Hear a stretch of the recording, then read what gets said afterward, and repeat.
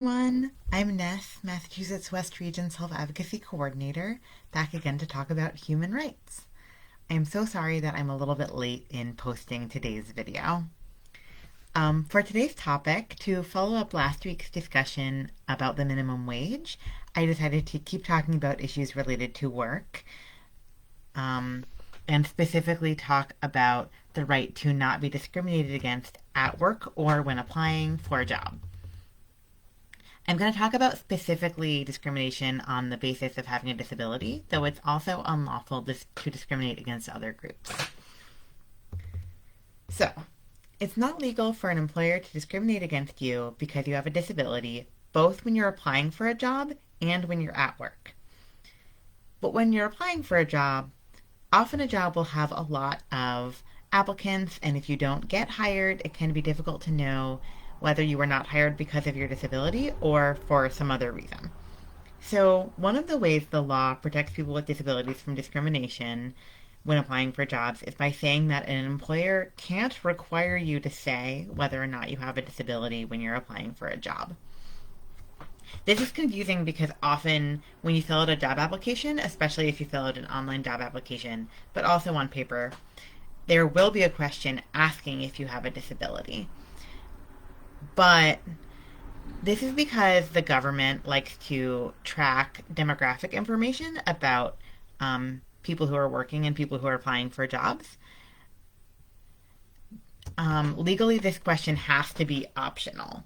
So if you're filling out it online, there has to be an option that says that you decline to answer or that you don't want to answer. And if you're filling out an application on paper, it has to say that the question is optional. They can't make you answer that question. An employer also isn't supposed to ask you if you're disabled during a job interview, and if they do ask, you can say, I don't have to answer that. Another way the law protects people with disabilities during the job search and application process is that in an advertisement about a job opening, an employer can't say that people with disabilities shouldn't apply. The employer can write about requirements of the job and necessary qualifications, like if you need a certain degree or a certain type of license. But employers have to be sort of careful when they write about these requirements. For instance, some jobs require physical labor, like lifting heavy things. For a job like that, it would be okay for the job posting to say employees must be able to lift 50 pounds, but it wouldn't be okay for the job posting to say employees must be able-bodied. It can also be sort of hard and confusing to tell when discrimination is happening at work. I can't describe all of the different ways that discrimination at work might look like, but I can give a few examples to help you understand what discrimination is. One of the things that counts as discrimination is unequal pay, which is when two employees who have the same role in the same company for the same amount of time, who came in with the same qualifications, are paid differently.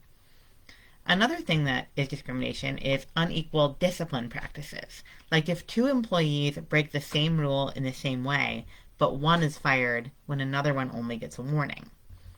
A third thing that is discriminatory is if an employer is unfair when considering people for promotions or for special opportunities.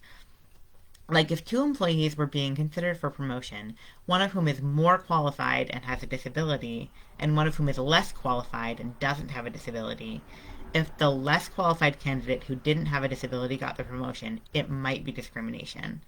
Similarly, if you work at a place that has events where you meet with clients and the bosses consistently only invite employees who don't have disabilities, that might also be discrimination. Finally, if you get harassed at work, like if people use the R word or other offensive language or post offensive pictures of disabled people in the workplace, that's also unlawful. So, if you do experience discrimination at work, the first thing to do is usually to file an internal complaint with the Human Resources Department.